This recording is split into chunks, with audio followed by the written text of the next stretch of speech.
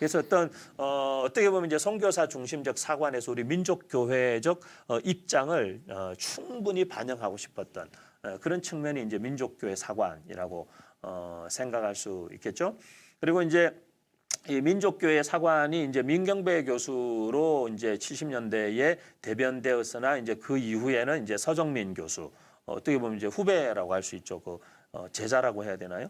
제자는 아닌 것 같고 후배라고 할 수 있죠. 그래서 조금 더 이제 수정 보완이 됐지만 큰 틀에서는 차이는 크게 없다라고 볼 수도 있겠죠. 그렇게 하다가 이제 선교 사관, 특히 이제 민족교회 사관보다는 선교 사관이 1970년대에 들어서 사실 이제 반미 그리고 이제 80년대, 70년대, 80년대 반미, 반외세 그리고 이제 민중신학, 해방신학 이런 영향도 있었겠죠. 그런 것들에 의해서 사실은 선교 사관 자체가 반민족적인 사관이다라고까지 이렇게 막 비판을 받았지만 제가 볼 때는 너무 지나치지 않나라고 생각합니다. 너무 멀리 갔다라고 생각하고요. 그리고 이제 뭐 지금 말씀드리겠지만 민중교회 사관도 그 자체적으로 나름의 한계성을 남기고 사실은 이제 아쉬움을 많이 남기고 사실은 이제 지나갔다고 볼 수 있겠죠. 민중교회 사관을 민중신학이나 해방신학하고 동일시하는 것은 조금 제가 볼 때는 큰 오류인 것 같고요. 민중사관 자체는 사실 선교사관이나 민족교회 사관이 서로가 상호 보완적 역할을 한다라고 저는 생각하고 선교사관에 덧붙여서 민족교회 사관이라는 것이 등장했다고 보지만 그 역시 이제 민족교회 사관까지의 흐름이나 그 전개 역사가 선교사 중심 내지는 아까 말했던 약간 한국 교회 내의 영웅 내지는 엘리트 내지는 두각을 나타냈던 사람들 위주의 역사 서술에 그래도 어느 정도 그치는 한계를 보였기 때문에 그것을 사실은 또 보완하는 측면에서 민중교회 사관이 등장했다고 볼 수가 있겠죠. 그래서 조금은 이제 소외되었던 계층이나 소외되었던 어떤 사건 이런 부분들이 그래서 정통이나 다수나 기독권이나 유명인 중심의 사관을 좀 편중될 수 있는 사관을 조금 소수 그리고 의미 그리고 어떤 개혁과 어떤 이런 측면으로 조금은 이렇게 균형을 잡아준 역할을 민중교회 사관이 했다라는 측면에서는 민중교회 사관의 또 중요성이 있다고 생각합니다. 뭐 되게 더 어렵고 복잡한 말로 설명드릴 수 있는데요. 그렇게 할 의미가 이 시간에는 별로 특히 온라인으로 이렇게 하면서 의미가 없을 것 같고 큰 흐름만 우리가 볼 수 있으면 좋을 것 같고 말씀드린 대로 민경배 교수의 한국 기독교의 책이나 우리 옥성덕 교수의 다시 쓰는 초대교회사에 대한 책의 내용들이 다 자세하게 이분들이 잘 써놓으셨기 때문에 아마 참고해 보시면 충분히 제가 무슨 말씀 드리는지 이해가 될 것이라고 생각합니다.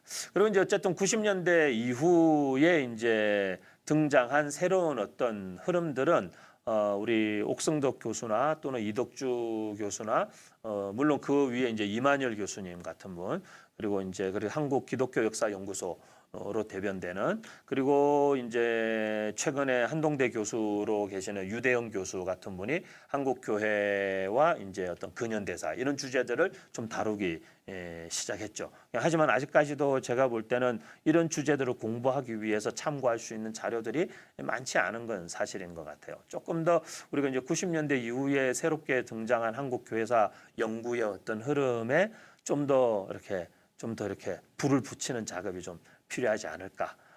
그리고 이 부분에 좀 더 과거로 회귀하지 말고 이 선교 사관이 사실은 90년대 들면서 약간 다시 이렇게 주목을 받은 그런 재부흥을 경험한 것 같은 또 측면도 있거든요. 하지만 이제 어떤 영웅적 관점이 아니라 우리가 사실 민족교회 사관이나 민중교회 사관을 지나오면서 너무 지나치게 폄하하거나 사실 이렇게 소외시켰던 그 선교사들의 사실 정당한 기여 그리고 선교사들과 선교 단체들의 정당한 어떤 그들의 역할들까지도 폄훼하는 것은 오히려 우리가 우리의 좋은 영적 유산들을 상실하고 사실 이렇게 그 목욕물 버리면서 아기까지 내다 버린다고 그러잖아요. 예, 그런 측면이 있을 수 있기 때문에 그거는 조금 우리가 주의하는 것이 좋겠다. 그렇게 해서 사실은 이제 선교사들에 대한 구체적인 연구들이 많이 나오기 시작했고 선교사 한 분 한 분들의 삶에 대한 평전과 전기들이 많이 출판되기 시작한 것은 선교사관으로의 회귀가 아니라 선교사관의 수정 보완 그리고 굉장히 놀라운 업그레이드라고 볼 수 있고 그 역할들을 저는 결국 민족교회 사관이나 민중교회 사관이나 90년대 이후에 등장한 사실은 새로운 학문적 경향들이 그런 현상들을 만들어냈다라고 보죠. 그래서 지금은 이제 모든 것이 이렇게 잘 융합하고 서로 연결되어서 서로를 더 이렇게 완성도를 높이는 굉장히 좋은 시점에 와 있고 그래서 저는 한국 교회사를 공부하기에 굉장히 좋은 시기에 와 있다고 생각합니다. 그래서 개인적으로는 뭐 이렇게 학위를 하거나 뭐 공부를 할 생각은 사실은 없지만 만약에 어떤 공부를 뭘 하지 이런 신학 공부를 하고서 다음 공부에 대한 고민들을 하고 있는 분들에게는 저는 한국 교회사 많이 추천드리고 싶어요.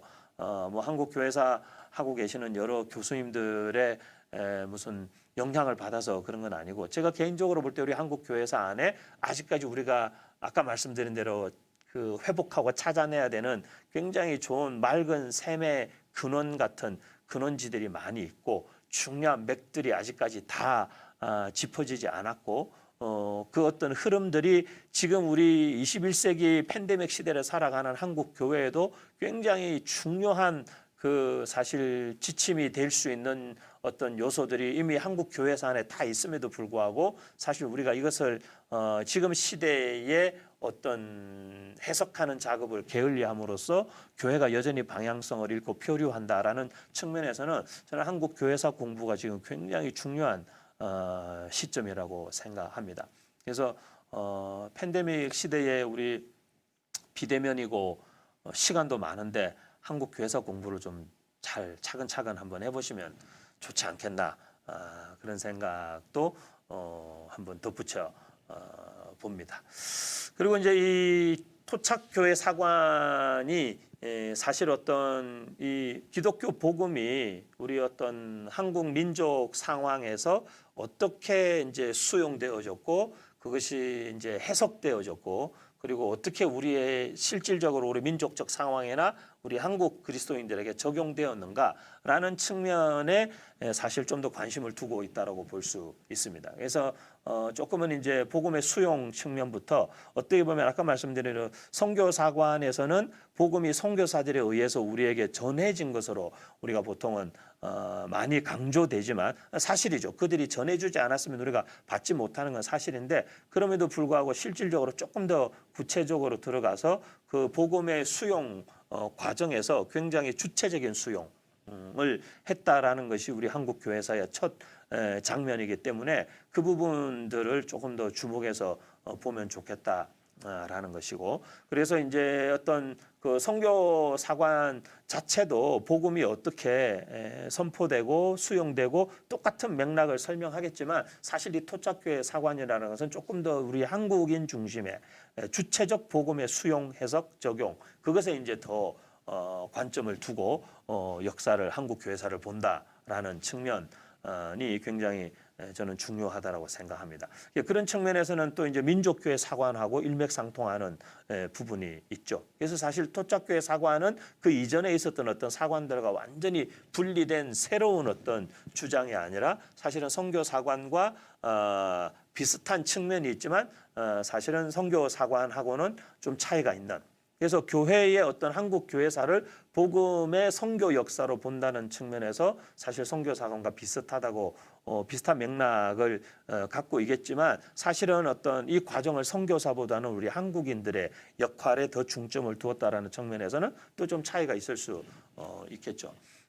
그리고 어떤 정치 사회적인 우리 민족적 상황에 대한 관심의 측면에서는 민족교회 사관과 비슷하다라고 볼 수 있겠지만 그럼에도 불구하고 이제 종교적인 문화적인 상황도 굉장히 중요하게 인식하고 또 이것에 포함한다라는 측면에서는 민족교회 사관하고 토착교회 사관은 좀 차이가 있다라고 또 우리 이덕주 교수나 또 여러분들은 그렇게 구분을 짓는 것들을 우리가 볼 수 있죠. 그리고 이제 어떤 왜곡된 세계관이나 어떤 사회적인 어떤 불의, 어떤 이런 것들에 그리고 구조적인 악 이런 것들에 저항하고 하는 측면에서 굉장히 민중교회 사관과 맥락을 같이 하는 면이 있음에도 불구하고 어떤 저항, 해방 이런 측면뿐만이 아니라 사실은 어떤 실질적인 변혁과 그리고 문화 신학적인 측면에서의 어떤 새로운 변혁적인 요소들에 관심을 많이 가진다라는 측면에서는 사실은 민중신학 사관하고는 또 조금 거기서 한 걸음 더 나간 흐름이 또 지금 새롭게 나타나고 있는 토착교회 사관 내지는 90년대 이후의 흐름이라고 볼 때는 저는 조금은 이제 다른 학문들하고의 원활한 교류뿐만이 아니라 이전에 우리가 거쳐온 역사적인 이 한국 교회사를 바라보는 관점과 여러 시각들을 사실은 더 수정하고 보완하고 더 업그레이드해서 사실 굉장히 한국 교회사를 꽃피울 수 있는 어떤 좋은 정점에 와 있지 않은가라는 것이 그냥 비전문가인 저의 견해라고 생각하시면 되겠고, 하지만 그럼에도 불구하고 한국 교회사를 공부하시려는 분들에게는 이런 관점에서 한국 교회사를 다시 한번 보면서 한국 교회사 그동안에 뭐 할 거 다 하지 않았어? 내지는 뭐 책 너무 많잖아.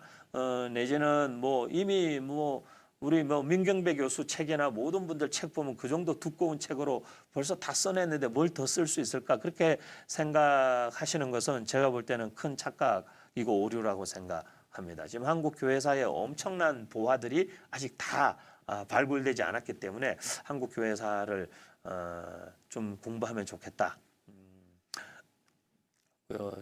저부터 해야 되는 게 아닌가 그런 생각도 들긴 합니다. 좋습니다. 그래서 이제 조금 이제 여기까지 정도 말씀드리고요. 그런 어떤 관점, 이런 역사 한국 교회사를 보는 어떤 사관하고 맞물려서 사실은 이제 우리 한국 교회가 복음을 말씀드린 대로 수용하는 그 과정에서의 이야기를 이제 조금 구체적인 역사 속으로 조금 더 들어가 보도록 하겠습니다. 시간 조금 한 10분 후에 우리가 쉬어야 할 것 같은데 그래도 서두만 좀 던져놓고 우리가 이제 다음으로 진행하면 좋겠는데요. 초기 이제 한국 교회가 시작되고 정착되는 과정에 있어서 저는 조금 이제 너무 그 선교사, 개신교 선교사들의 역할들만 우리가 중요시하는 것보다는 조금 더 크게는 어떤 하나님의 섭리라는 측면에서 우리가 귀첼라프 1832년에 우리 고대도에 와서 접촉했던 귀첼라프 선교사라든지 그리고 어떤 분명한 복음적 의도를 갖고 온 사람들을 예를 들었을 때 1866년에 어떤 토마스 선교사, 로버트 토마스 선교사의 어떤 시도라든지 그리고 이제 1874년에 존 로스와 맥킨타이어 같은 분들을 통해서 고려문을 통해서 이 조선 선교의 가능성을 사실 이제 좀 타진했던 그런 어떤 관점도 우리가 이제 필요하겠지만 사실 우리나라의 선교사가 들어오기 이전에 이미 1885년 이전에 사실은 그보다 10년, 20년, 30년 그리고 거의 50년 그리고 천주교를 예를 들자면 거의 100년 전에 그러니까 18세기 후반부터 사실은 어떤 하나님의 섭리가 계속적으로 저는 작용했다라고 보는 거죠. 역사를 조금 이런 맥락에서 하나님의 섭리라는 맥락과 조금 그래서 긴 안목에서 보는 것이 저는 개인적으로 굉장히 유익하다고 생각합니다. 왜냐하면 이제 특히 현대 시대를 살아가는 현대인들 그리고 이제 우리가 이제 저는 교육을 또 하는 사람이니까 어떤 자녀 교육 그리고 다음 세대 교육 이런 측면에서 그리고 여러분들이 성도들이 지금 이제 우리 교회들이 코로나로 인해서 팬데믹 시대에 제가 어제도 지금 강서구의 어느 교회에서 막 100몇십 명 확진자 나왔다 이런 기사가 뜨니까 그 밑에 사람들이 댓글을 쭉 다른 걸 일부러 한번 읽어봤어요. 다 예상은 되지만 그러니까 그러니까 그 밑에 여러 가지 댓글이 있어요. 한국 기독교인들 다 한 군데 모아가지고 지네들끼리 그냥 24시간 예배 드리라 그래라. 코로나 끝날 때까지.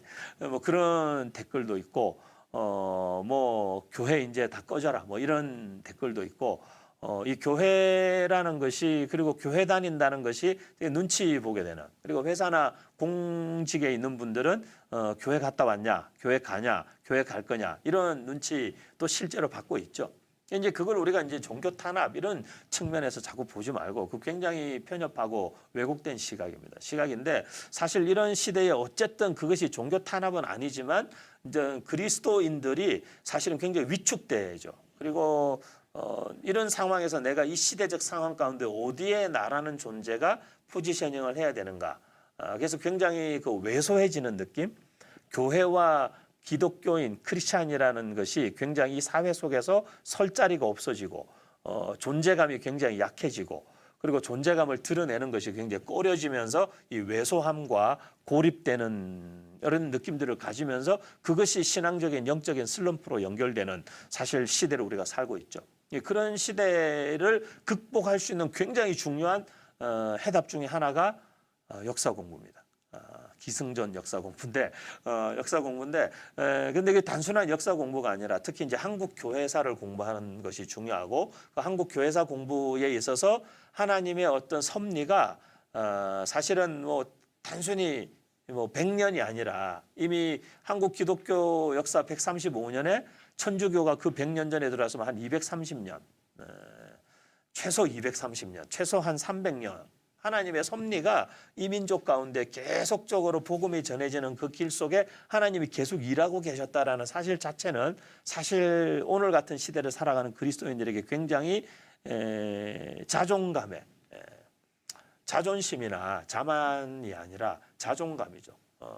우리가 왜소해지고 우리가 사회의 지탄의 대상이 된 것 같고 왕따요 또라이 집단 취급받는 것 같은 시대에도 사실 그런 어떤 외적 상황을 견뎌낼 수 있는 우리 안에 어떤 힘이 되어주는 것이 그 하나님의 섭리가 어떻게 우리를 한국 교회를 여기까지 있게 했는가. 그리고 물론 이제 그 과정에 대한 이해 속에서 아까 말씀드린 대로 맥을 잡아내고 그것을 이제 적용해서 이런 상황 속에서도 이 현실을 타개해 나가고 어떤 새로운 길을 제시해 나가는 어떤 그런 측면은 또 다른 이야기라고 볼 수가 있겠죠.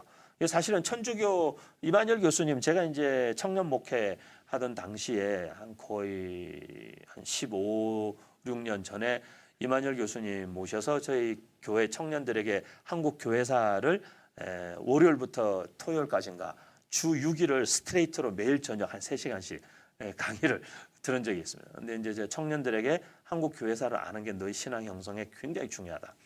그래서 이제 그것도 이만열 교수님을 모셔서 한 15년 전에 매일 저녁 한 3시간씩 일주일을 밤마다 공부시켰던 기억이 나는데 정말 많이 배웠던 것 같고요.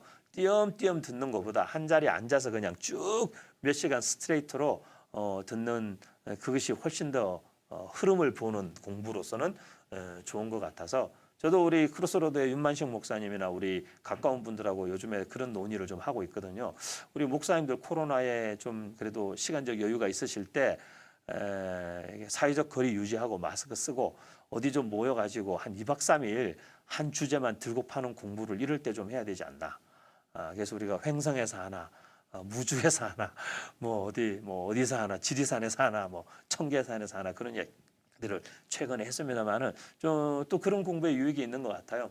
그런데 이제 제가 이만열 교수님 교회사 그 내용들을 볼 때마다 늘 그 특징적인 게 경교에서부터 시작하세요. 그래서 이제 네스토리안들 이야기를 쭉 하시고 경교부터 시작해서 그리고 그것들이 어떻게 우리 당시의 신라 시대에 이렇게 어떻게 접촉들이 있었을 가능성들까지도 그래도 염두에 두고 그리고 이제 천주교가 우리 한국에 전래되기 전까지의 여러 이야기들 소현세자부터 시작해서 여러 이야기들을 쭉 이렇게 풀어 나가시고 그 이후에 이제 구체적으로 18세기 후반부터 천주교가 우리나라에 들어오는 과정. 천주교가 100여 년 개신교보다 100년 정도 빠르게 우리나라에 들어오는 수용되는 과정에서 사실 개신교하고 되게 비슷한 측면을 갖고 있었어요.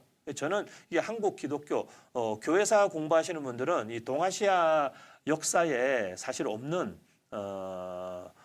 역사라고 얘기하는데 어떤 기독교의 주체적 수용이라고 이만열 교수님 말씀하시는 그런 기독교를 수동적으로 앉아서 선교사가 들어와서 성경 다 번역해가지고 그 성경으로 전도해서 예수 믿게 하고 하는 그런 수동적인 것이 아니라 주체적으로 능동적으로 그것을 수용하는 어떤 기록들이 흔치 않다는 거죠, 사실.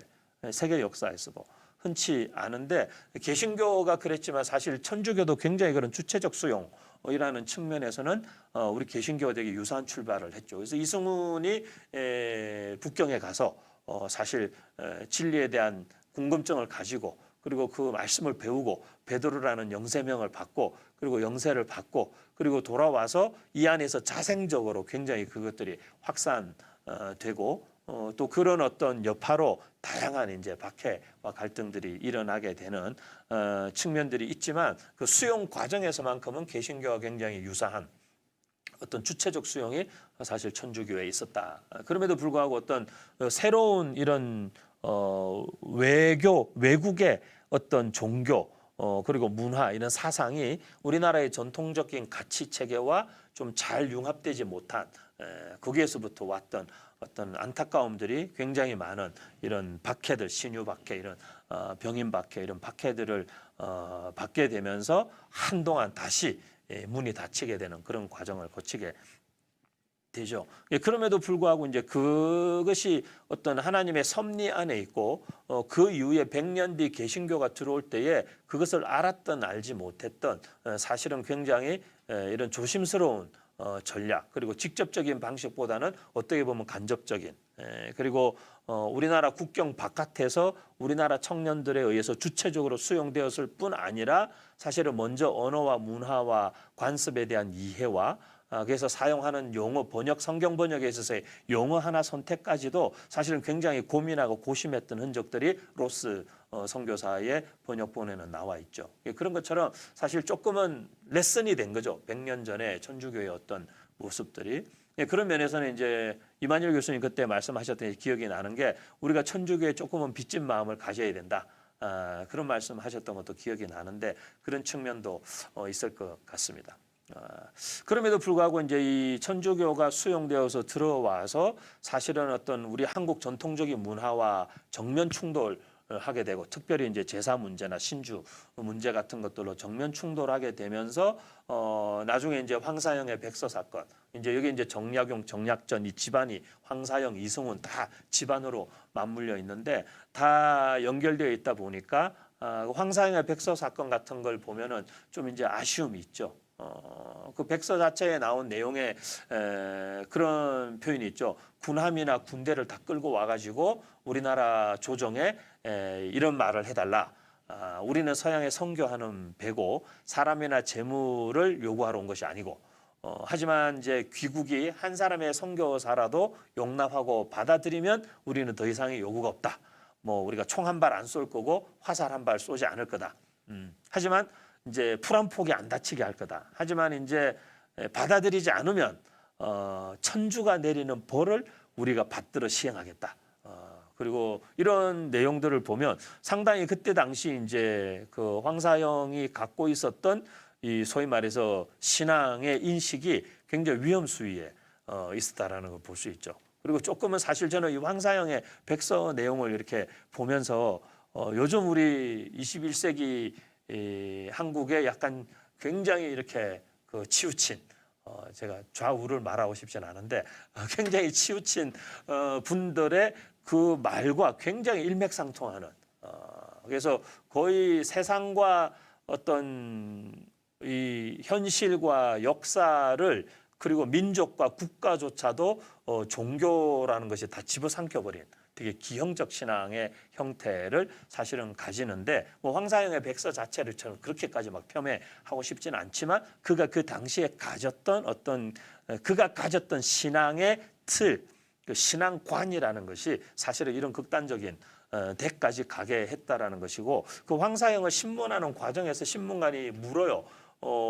그대는 이 수백 척의 전함, 수만 명의 군사를 청해서 오면 우리 백성과 당신 너도 속해 있는 이 백성과 나라에 피해가 없다고 했는데 너도 이 나라 백성인데 어떻게 그런 수치스러운 생각을 할 수 있냐? 이렇게 신문관이 물었을 때 그 황사영이 나는 그런 건 잘 모르겠고 진짜 그렇게 얘기해서 난 그런 건 잘 모르겠고 단지 나는 서학을 이 천주교를 국내에서 자유롭게 전파할 수 있도록 해야 된다. 그 생각밖에 나는 없다. 그렇게 얘기하는 거죠. 조금 그런 측면에서 볼 때는 좀 안타깝죠. 서정민 교수 같은 사람은 이제 이걸 그렇게 표현해요. 반민족 혐의를 받았다. 뭐 그렇게 표현하는데 조금 과격한 표현, 그분이 쓰는 용어의 특징들이 좀 이런 용어들을 많이 쓰시죠. 근데 이제 과격하다고는 생각되지만 반민족 혐의라는 게 정서상 어떤 의미인지 이해가 되죠. 근데 그런 면에서 지금도 사실 우리 한국 교회가 팬데믹 시대에 지금 처해 있는 상황은 사실 정서적 반감을 많이 자아내고 있거든요.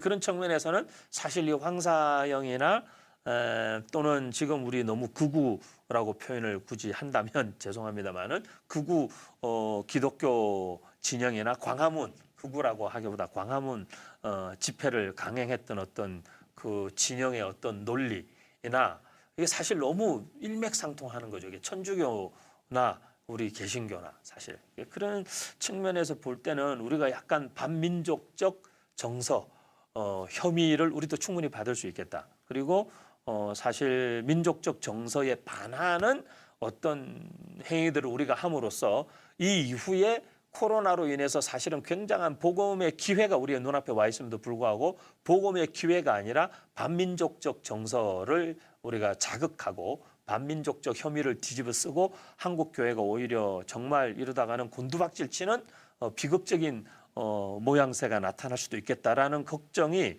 역사를 조금 공부한 사람 입장에서도 보이는 거죠. 그래서 그런 측면에서 저는 조금 지금 우리 한국 교회 목회자들과 성도들이 이 역사를 보는 그리고 지금 시대를 볼 때에 이 시대를 분석하고 해석하고 사실 그 다음 방향성을 설정하고 하는 데 있어서 사실은 이 역사를 이해하는 관점 그리고 그 역사관 특별히 교회사 신앙 더 내로다운 하면 신앙을 이해하는 관점이 굉장히 중요하다라는 생각을 하게 됩니다.